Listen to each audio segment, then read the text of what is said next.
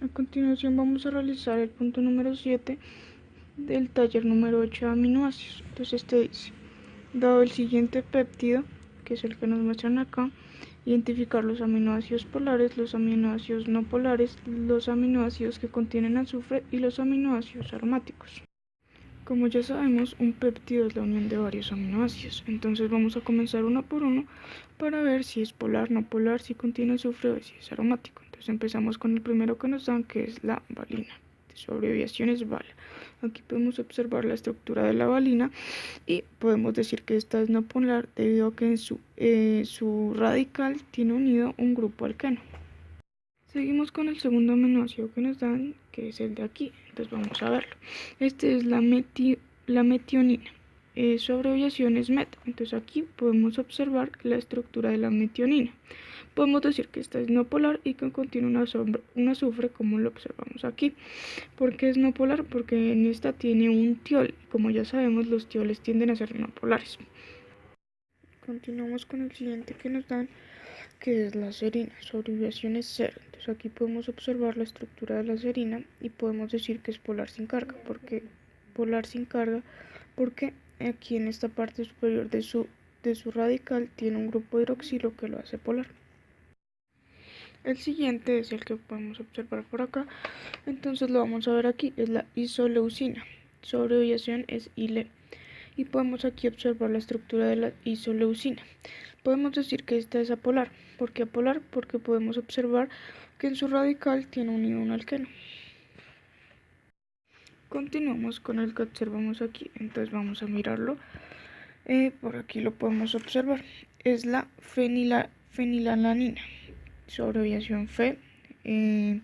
Aquí podemos observar la estructura de la fenilalanina. Y podemos observar que tiene un anillo aromático, por lo tanto podemos decir que es aromático y es apolar debido a que los anillos aromáticos por lo general son apolares. Vamos a seguir con el que podemos observar aquí, vamos a verlo más de cerca y es la arginina. Arginina, su abreviación ARG, y por aquí podemos observar la estructura de la arginina. Bueno, podemos decir que esta es polar con carga debido a que las aminas por lo general tienden a ser muy polares, entonces esta parte de la arginina hace que toda la molécula sea polar. Continuamos con la que observamos aquí, cis. Vamos a verla aquí de cerca. Esta es la cistenina, su abreviatura es cis y podemos acá observar su estructura.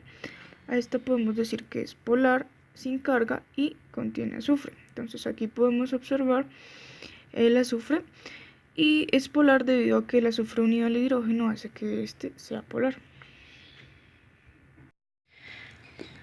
Continuamos con el penúltimo, que es el que podemos observar aquí. Vamos a observarlo de cerca. Es la tirosina, su abreviación TIR, y aquí podemos observar su estructura.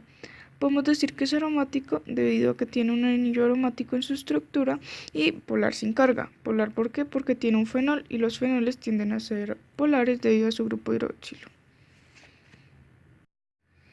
Por último, observamos LEU, el que podemos ver acá, y vamos a verlo acá de cerca, es la leucina, abreviación LEU, y podemos observar su estructura. Podemos decir que es no polar debido a que aquí en su radical también tiene un grupo alqueno y como sabemos, entre más carbonos menos polaridad.